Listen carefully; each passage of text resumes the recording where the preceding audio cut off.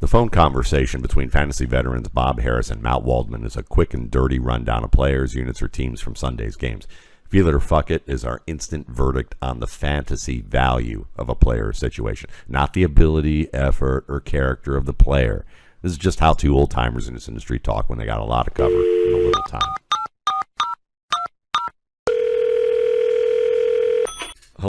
Good morning, Matt Waldman. We're heading into week 9. Week 8 is in the books, and what a week it was. Yeah, without a doubt. A lot of quarterbacks, fascinating stuff with quarterbacks. We had a great matchup, I thought, in San Francisco with the Bengals, where we saw really two good quarterbacks play, though I know a lot of 49ers fans don't feel that way. A lot of X, the artist formerly known as Twitter, get really worked up about Brock Purdy. See, we told you he sucked. Okay, yeah. Whatever. I mean, I don't. Just before we get started here, how much of this do you think is how big of a factor is not having all the pieces? Is Deebo Samuel, missing to this offense?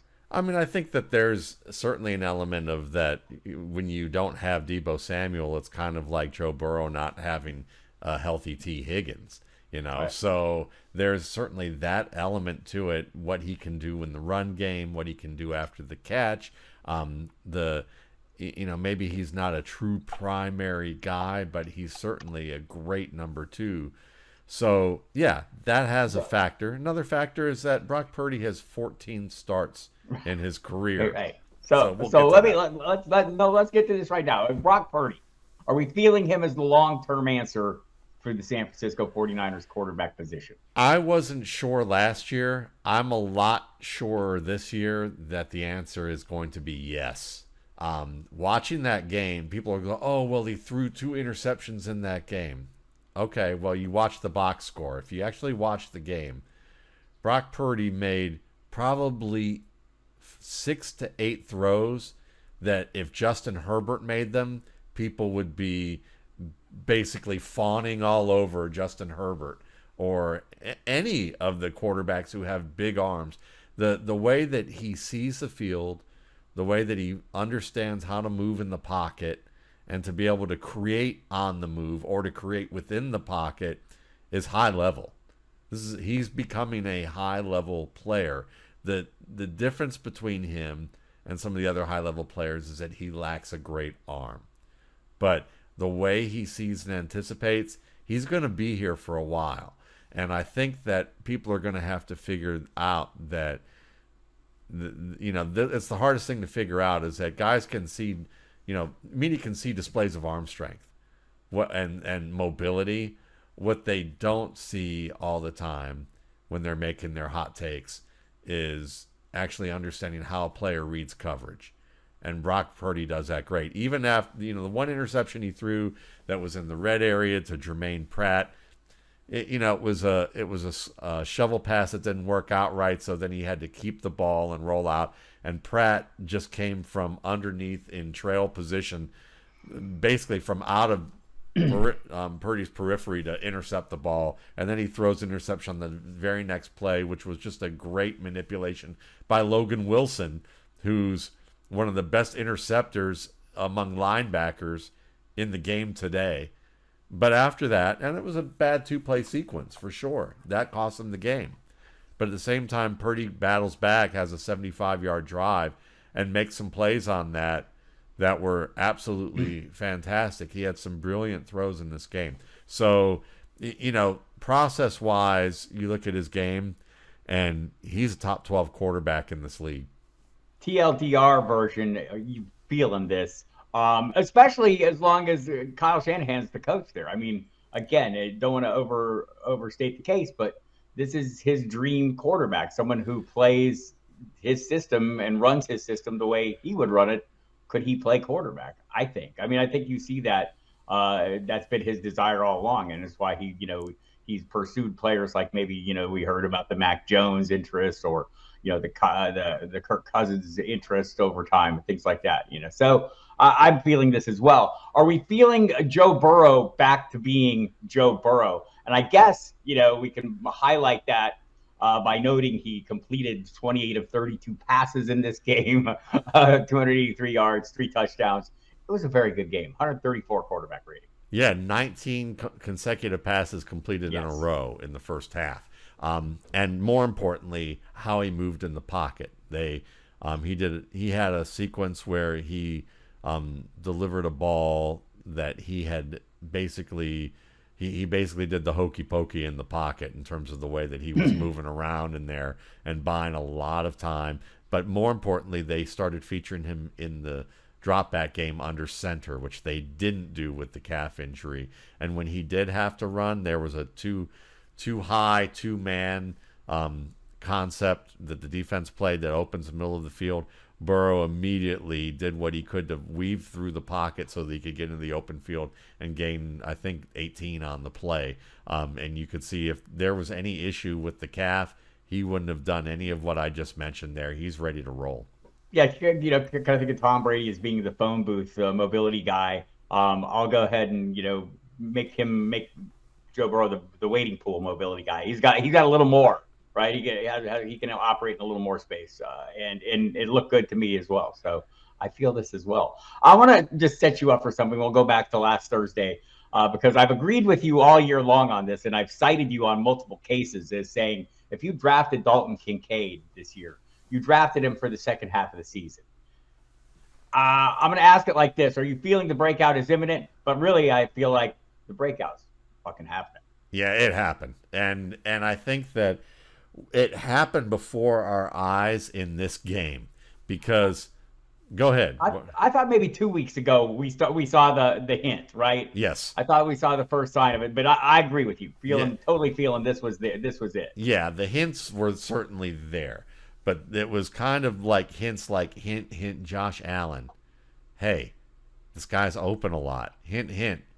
Over the past 4 to 6 games, every time he gets the ball, he does something good with it, even if it's in a short yardage situation. Hint, this guy can actually win in the intermediate and vertical games if you give him an opportunity. And when you watch this game on Thursday night, what you saw was Josh Allen discovering that, when I misread a play or I read a situation and I have to break the pocket, this guy's working open for me. Maybe I should target him. Oh, you know what? I can make trust throws to this guy at the boundary. It's translating from practice. You saw plays like that in the game against the Buccaneers where it wasn't just I'm a short yardage dump off auction substitute for the running game. It was more of a like, let's run the out. And now he's actually working up the sideline on a scramble drill. Let me throw the back shoulder to him and let him win over the top of somebody. Those types of plays, I think we're starting to see Josh Allen get the memo that this guy may be a better version of what he does with Gabriel Davis and can do more with him. And so I'm expecting Kincaid to equal or exceed Gabriel Davis's role in this offense as the number 2 guy and often a number 1 primary look down the stretch here. I think he's going to have one of the biggest months of any tight end in football from this point forward. Well, hell, I feel it if you're saying it. I'm all in for it. Look, where I've invested, and this is something we need to do as fantasy managers, is understand, how the momentum of a season works. And I'm dealing with that with Jahmyr Gibbs, of course, but other players as well. There are players you draft you should not have expectations for immediately. And if you do have immediate expectations, you probably shouldn't have drafted them, especially if you have short rosters where you need to churn players constantly and you don't have room to hold on to people and let them develop. Such great advice. And so many people forget that. Right. There are leagues where you don't have that, that luxury, right? There are short bench leagues where you're just not going to be able to hold on to guys. And maybe you want to be proactive and aggressive and grab guys a couple weeks early. I've done that a little bit with Keaton Mitchell. But you can only do it in places where you have the room to roster a player you think might have a chance to emerge at some point. And Dalton Kincaid was one of those guys for me. Kyle Pitts was not one of those guys. He continues to be somebody we draft as a primary asset at his position. My colleague on Sirius, Jeff Mans, will get in a big-ass argument with you and tell you Kyle Pitts is not really a tight end. He's a wide receiver. and we should view him more like that. Doesn't really matter what positions he's playing. Is a breakout here? I think it may not be right now, but I think it is imminent because Taylor Heinicke ended up getting the second half snaps, and I don't think that's going to change. Maybe Smith goes back to the well one more time and says, hey, was a bad game for Ritter. We're going to give him one more shot. He needed to sit for a half. But I honestly think that it won't matter whether it's this week, next week, or 2 weeks from now. Heinicke's going to end up finishing the season as the starter. He's going to perform better overall, and I think he's going to make more trust plays to Pitts in ways that we didn't see with Ritter. And Heinicke is much better off structure. He takes more risks, but at the same time, he's willing to take certain risks that with Drake London and Kyle Pitts, you can afford to do. Those guys have wide catch radiuses, big frames. You should try and play above the rim quarterbacking with those guys. Right, and so they've not yet confirmed. They did not do us an Arizona Cardinal solid and say who the starter is next week. Arthur Smith kind of threw out the mystery card of he's being evaluated for concussion, he being Ritter, and so we'll see how that plays out. Drake London got a little nicked up in that game too, so that's something to watch going forward. A little bit of a groin issue. He was questionable return and then did not. I don't know. I think Kyle Pitts has been like a train wreck breakout, right? I mean, the talent's there. We can see it. The scheme has not been quite on point for him. The quarterbacks have not been ideal for him. He's still a young man. What is he, 22 still? Yeah. I mean, he's going to have a long, very successful career, whether it's fantasy viable this year or not. I don't know. I mean, I think he's not someone I invest in because I think he's too pricey and I just don't know what the hell he is yet. Yep. And so I think the talent in the end will win out. He will, whether it's in Atlanta or somewhere else, he will move past the Arthur Smith era with the Falcons and extend beyond that. And perhaps the next offensive genius that's hired to run that program will actually have more of a plan for him. But Bob, I don't know. Yeah. I don't know if the tight end's such a shallow position that you're probably playing the talent. I don't know that the breakout's imminent.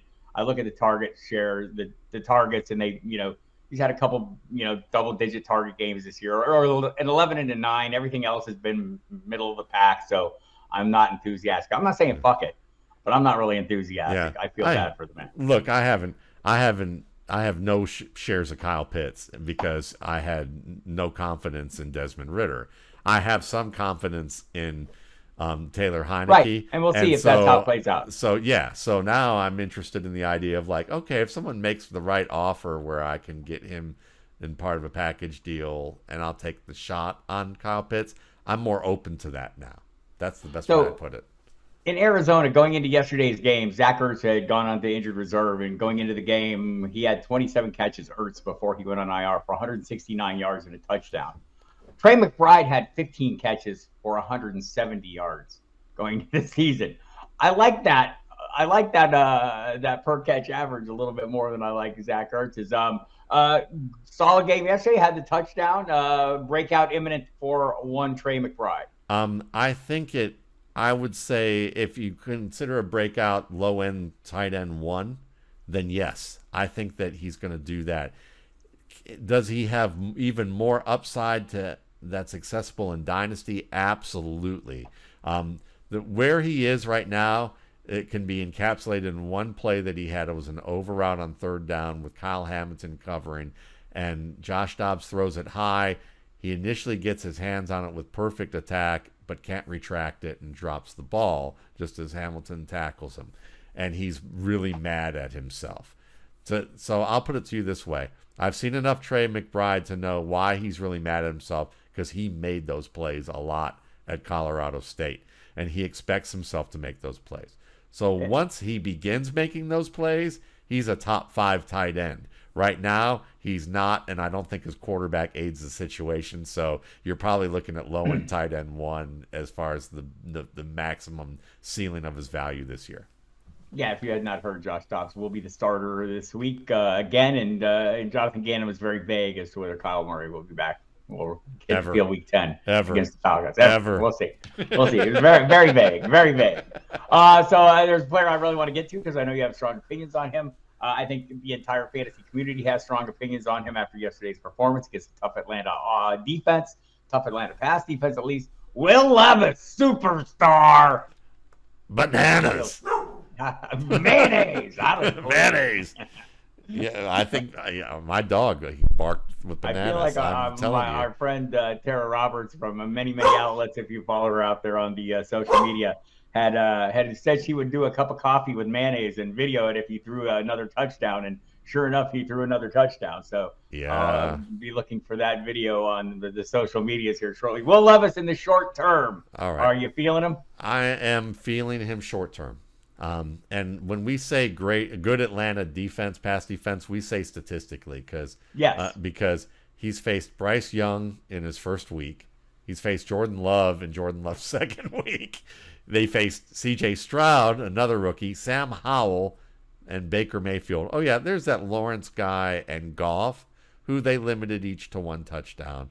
So I could say they're pretty good, but I think they're a little bit of a paper champion in the pass defense arena. And I would say watching this game, I think Atlanta was a little arrogant in their way of facing Will Levis, thinking this rookie, we're going to play one high safety looks, we're going to blitz him and rattle him. And to Will Levis's credit, he was aggressive against the blitz, and he did a great job of being able to, and so did the Titans, being able to draw up some plays that matched up DeAndre Hopkins one-on-one against a safety and a linebacker. And then when he did get the 1A quarterback or cornerback in A.J. Terrell, he basically pulled a wrestling heel tactic to put him in a headlock just in front of the ref, and then as knowing the ref's angle, being able to rip the shoulder pad and turn him completely outside and not get called for it. It was the most masterful version of rule breaking you'll see all season from a wide receiver, which he's usually got at least 4 of the top 5 on the list, and he's a Hall of Fame player, if you ask me, but still, yeah. So you look at this with Levis, he made some really good throws in the vertical game, and that's always been his strength. So short term, I like that he's got a vertical guy in Burks, a vertical guy in Hopkins. He's going to be able to make plays that way. He's mobile. He's willing to hang on there. So short term, meaning the next 2 to 3 games, I like the idea of Will Levis to be able to be aggressive downfield as defenses are figuring out what he does well and what he doesn't do well. Long term. Not feeling. Fuck it.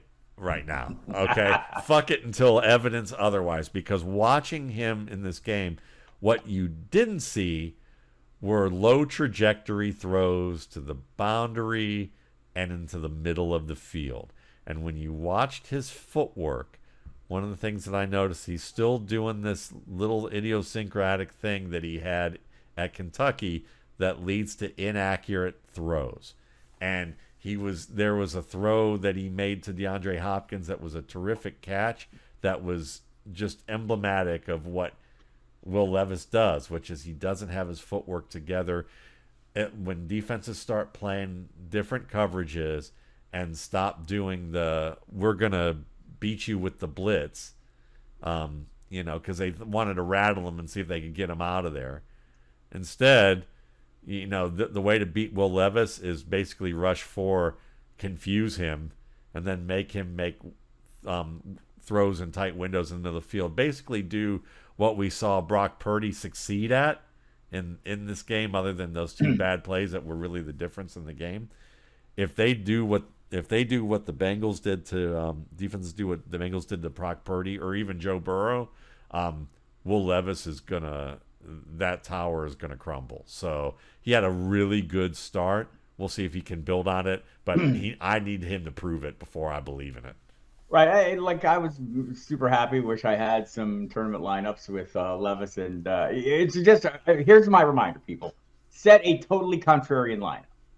Always when you play tournaments. I always do. Mine was different this week, but I thought about like a Titans pass heavy, investing heavily in the Titans passing offense for that very reason, man. Because when you hit it, nobody else is there, and you take home a little money. Yeah, and rookie quarterbacks coming out of nowhere, who are well known, are first start are good players to consider because defenses don't know what they're facing, right? And they either play too aggressive with the blitz packages, or they're totally conservative and get picked apart. Right. And they don't know the mix. But I would say in Dynasty, remember Marcus Mariota and the great game that he had. I'll remember it because if you're that dude on YouTube who used to rail at me because I didn't like Marcus Mariota for the long term after his first game against Tampa, I gave up that burner account. I don't do that anymore. Yeah. And Jordan Love, long term, right? So I want to say, looking at Jordan Love, I felt like early in the season when everyone was enthusiastic about him, I kept saying the same thing. I think he's probably better than the worst case scenario, and maybe not as good as he appeared because the touchdowns were there, the completion percentage was not. But I feel like, Matt, this has been the plan. They have a bunch of young receivers. They have a young quarterback. They told us, we're building this over the long term. This was their goal. And I think having some struggles at times in the early going of this is what you would expect. How do you feel about Jordan Love long term? Listen, I'm a girl dad, okay? So I know a few things about waiting guys out.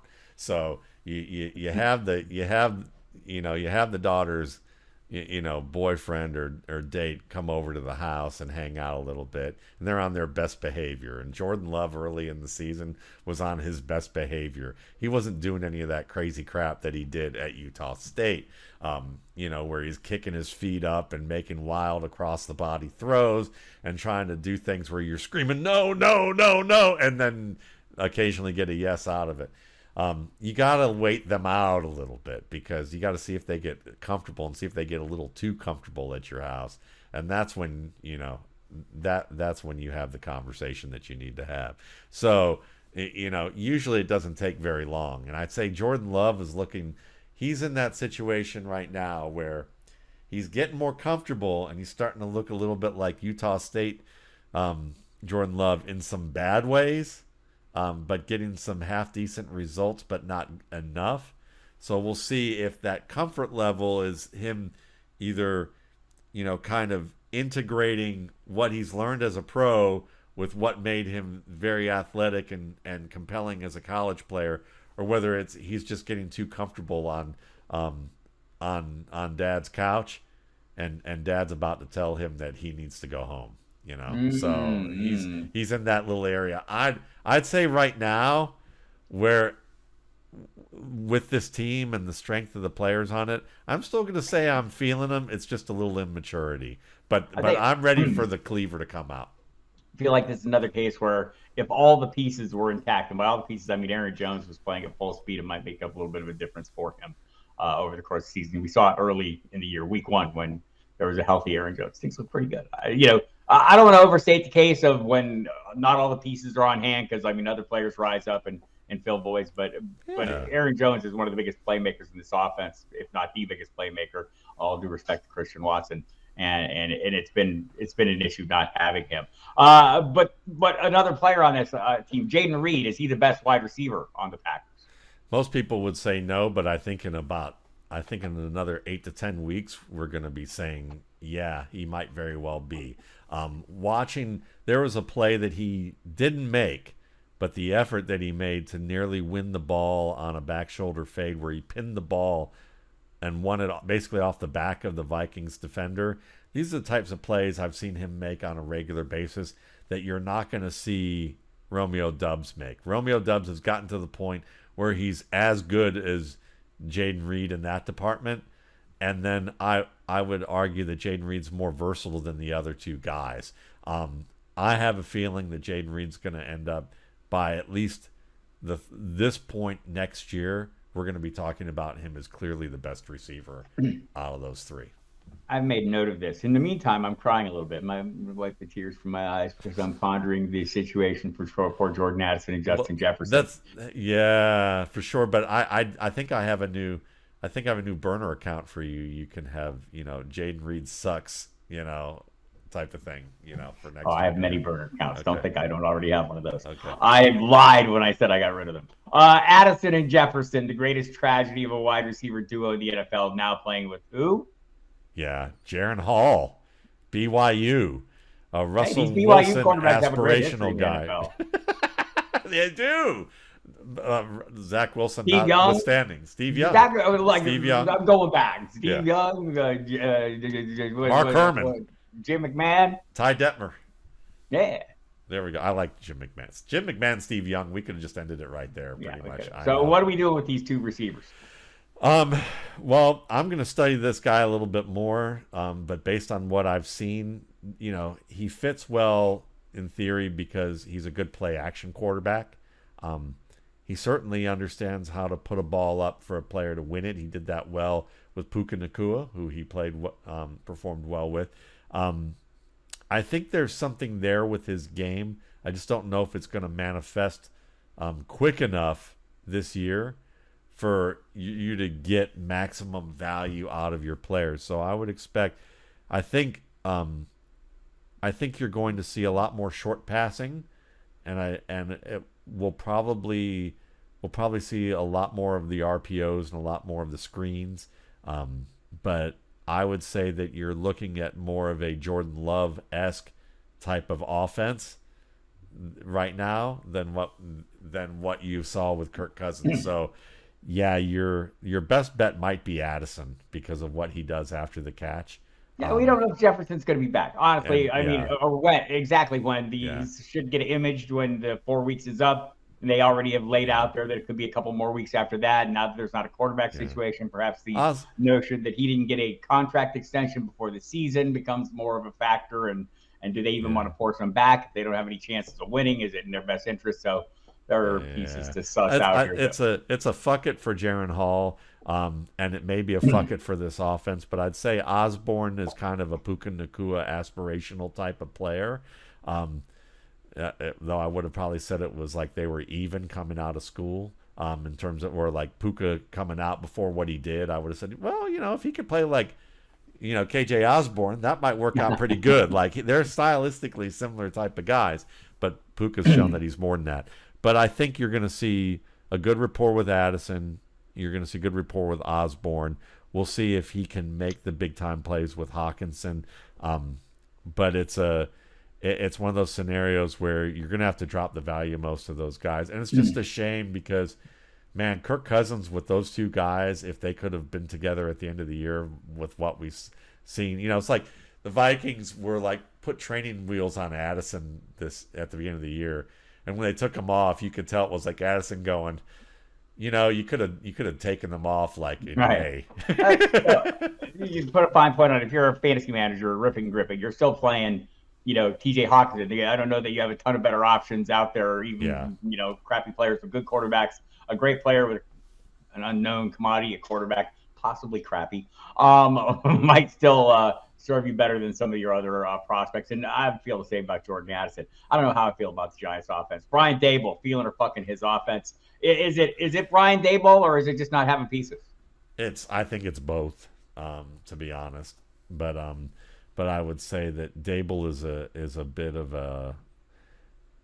I think he's an instigator and a bit of a a hot-headed guy, and there's nothing wrong with that if you're managing well and you've got the pieces. But I think that he's kind of gasoline on a fire at this point. So I would say that he's going to get next year. This year is going to be like the mulligan. Which is great because previous Giants coaches have not gotten beyond a year or two, right? Yeah. I think he may get beyond it, but I don't know. It depends on how they view this quarterback situation and what's going on here. Daniel Jones will be back this week. He was cleared this morning before we began this podcast, or actually he was cleared, I guess, Sunday shortly after the game. Fortuitous timing with with Tyrod Taylor sitting in a hospital somewhere with an unspecified rib injury, and Tommy DeVito. Yes. I watched that dude. Let me just tell you. He loved him some Saquon Barkley in a panic. I'll just say that. I'm fine with that. All he saw was 2-6. Feeling all that. Yeah. Saquon Barkley went 38 carries. What was it? I have to look. It was something I ridiculous. thought he had 38 pass attempts targeted his way, but maybe that was only the 3 plays I saw. It was buku, whatever it was. Saquon Barkley, 36 carries, 128 yards. The targets going his way were only 5. Oh, I must have seen all 5 because they all happened to Tommy DeVito in the game.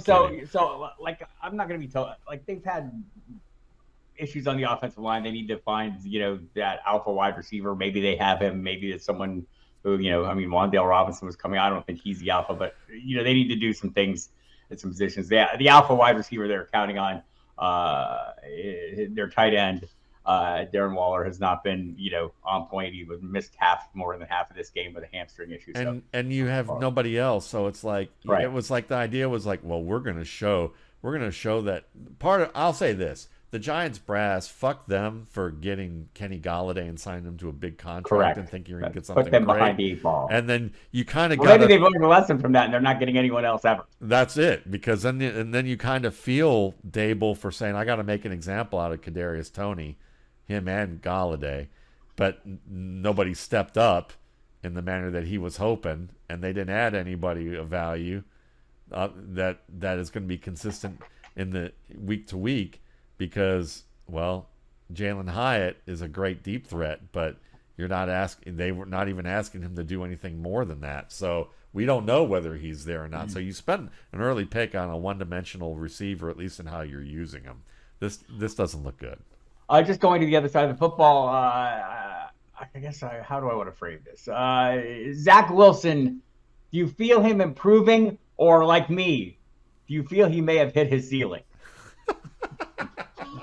Bob, I don't think you're anywhere near your ceiling yet. But Zach Wilson, I think Zach Wilson has shown that there's a little bit of a higher ceiling than people wanting to just completely demolish the building.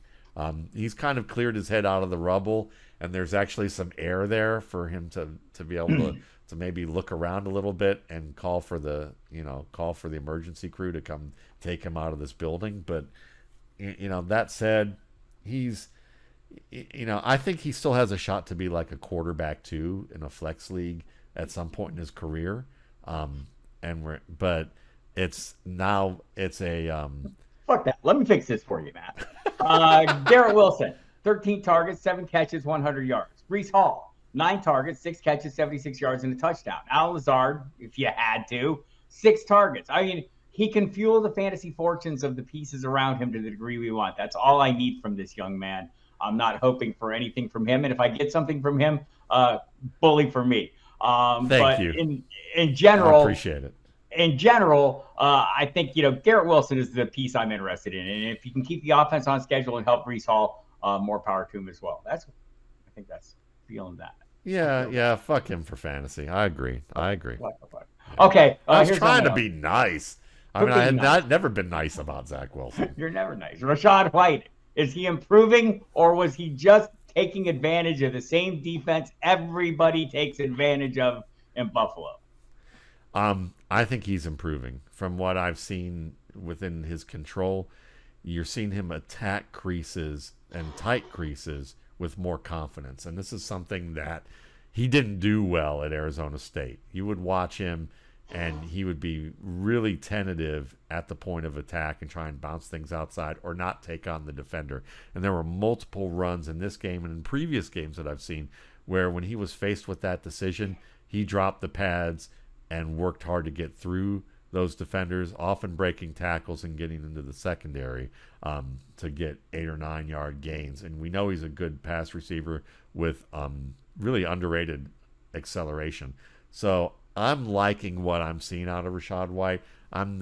He's now officially a player I'm interested in acquiring for teams in the future if I can get him cheap enough. He's not a priority, but he's someone that now I'm open to. If someone goes, let me dangle this guy in front of you, I might go, okay, I'll give it a shot. I've been open to playing him as a volume play. If he improves, fantastic. The volume is still going to be there. No one else is cutting into his workload. I cannot see that. Jaylen Waddle. There, I did it. Jaylen Waddle, wide receiver 1. Field or fuck it? Long term, I'm feeling it, and I think we're probably going to see more of it as teams have to figure out a way to keep Tyreek Hill from earning 2,200 yards as a receiver this year, because that's what he's on track for, at least heading into this game. So, I think that the pendulum is going to swing the other way, and suddenly you're going to see Jaylen Waddle weeks with this offense. CeeDee Lamb, a wide receiver one for your fantasy purposes, which he has not been up to this point. You've been playing him like that, but he fucking ain't done it. I benched him this week, fortuitously, for Kendrick Bourne of all people. I do have Ayuk and AJ Brown and Adam Thielen on that team, so it's not like ceremonial benching. Yeah, cry me a river, for that one. I still won that week, but I would say that, that said, I don't know why. I love CeeDee Lamb, and he's an old school player. I just think that maybe this team is taking a little bit longer to adjust. Mainly because Mike McCarthy's offense, maybe they need some adjustments. Maybe they have to have some private meetings away from Mike McCarthy to say, okay, when he calls this is what we're going to do. Okay. When I'm that kind of thing. And no, I just think that this team's going to get a little bit more into a rhythm. And I think they know that Lamb is the guy that they're going to have to make the focal point of this offense. I had an interesting discussion with Michael Gelkin of the Dallas Morning News yesterday. And just some of the things he said without actually just coming out and saying it, is it's possible Mike McCarthy is not making the best use of all his talent. I believe was the upshoot. I believe that was the upshoot. Some of this was Tony Pollard related and some interesting metrics that he brought up. But I'm with you, CeeDee Lamb. I felt like I had a lot of questions last week on the radio about CeeDee Lamb or a series of players, and I think when you're playing CeeDee Lamb, if you played him this week, you're probably playing only his name. You got the numbers this week, and that's great, but be careful of that. Playing the name is not always the best thing when the numbers don't back it. Bryce Young, improving. Yeah, he's absolutely improving. The vertical game looked good yesterday, even if his receivers didn't come down with the ball. He looked like he's getting a lot more comfortable with attacking the field and understanding what he can and can't do. And of all the quarterbacks in this class that were entering, that were going to be playing immediately, Young, out of the three, was the one that was going to have to calibrate what he does athletically with what defenses can do against him to stop him. And that was going to take a little bit more time because he balances that line between on and off structure type of work masterfully at Alabama, but he's not, Anthony Richardson, who basically can run over people or run around people no matter what level of football it is. And he's not and he's not just squarely a on-structure guy like C.J. Stroud mostly is. So, his game relies a lot on that off-structure work, but without the athletic ability of Richardson, and that's why it's taken him a little bit longer to get it rolling. Right, dynasty perspective, feeling him totally. Redraft perspective, don't play that guy. Yeah. Geno Smith, though. We'll wrap it up with this. Geno Smith, is this a real rebound that we saw, or is it just a giving us something to give us false hopes? I'm going to say we're going to see a slight rebound. I mean, enough that you're still considering him as a bye week guy, or you're going to start considering him as a bye week guy towards the end here and maybe start to give you some starter opportunities. He's the one that's taking responsibility for not playing well. And when you look at what this offense is capable of doing and they got one of their tackles back, I think we're going to see a rebound from him. I will say I'm feeling it. All right, I feel like he is what he is. Exactly what you said. A quarterback too. That if you need to play him any given week, he's got some good weapons around him, and hopefully they come through and drag him along with them. There you go, Geno Smith. There you go, Matt Waldman. Week 8 is in the books. Week 9 is upcoming. We will be back next week to feel or fuck things. Love you. Bye. Love you. Bye.